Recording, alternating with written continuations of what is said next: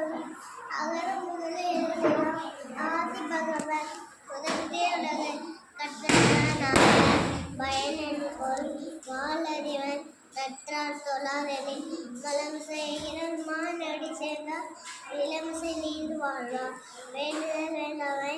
இளநடி சேர்ந்தற்கே யாண்டு விடுமையில இருள் சேர் இறைவனின் சேரா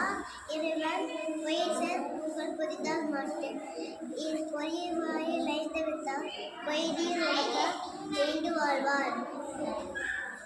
செல்வத்துள் செல்வம் செவி செல்வம் அச்செல்வம் செல்வ கலை